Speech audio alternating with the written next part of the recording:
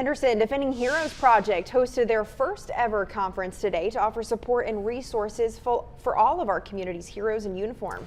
Our JC Caldwell was there too and shows us the stigma they're trying to break and the impact it's making.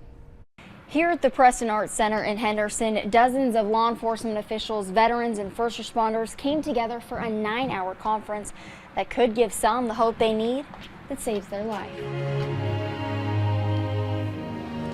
They say when you die, you see it. A light at the end of the tunnel. A spoken word performance to some. It's 10:02 p.m. on March 17, 2017.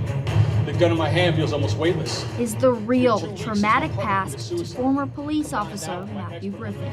One choice and not even one thing left to live for. About 7 years ago, Griffin was homeless, says the trauma from his job ate away at him, and his partner had recently committed suicide. I went down that path as well and wrote my suicide note, and my 4 boys almost grew up without a dad because of everything that we saw inside of law enforcement. About 7 years later, and Griffin is alive, standing on stage at the Preston Arts Center, speaking to dozens of police officers, firefighters, first responders, veterans, you name it, to give them hope there's light at the end of the tunnel for them too. This is the first step, getting first responders in your community out here and telling them that it's okay. It's okay to not be okay. His speech was part of the first ever Impact of Trauma conference hosted by Defending Heroes Project, a nonprofit out of Henderson helping first responders and veterans in need. Our organization, Defending Heroes Project, has been about the mental health of our heroes. We lose far too many to the demons of the job. To give you an idea, we lose an average of 17 veterans every day who take their own life.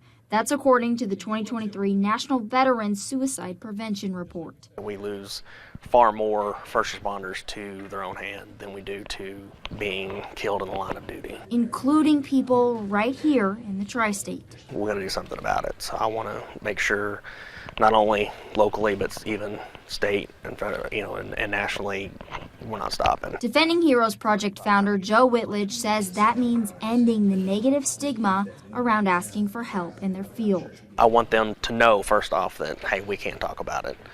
Hey, there is help for that. That hope could be the difference between life and death. Guys, thank you very much for having me today. I really appreciate it, guys. Thank you so much. If you're a veteran, first responder, or law enforcement official struggling with any type of trauma, we'll have resources for you on our website, 14news.com. Reporting in Henderson, JC Caldwell, 14 News.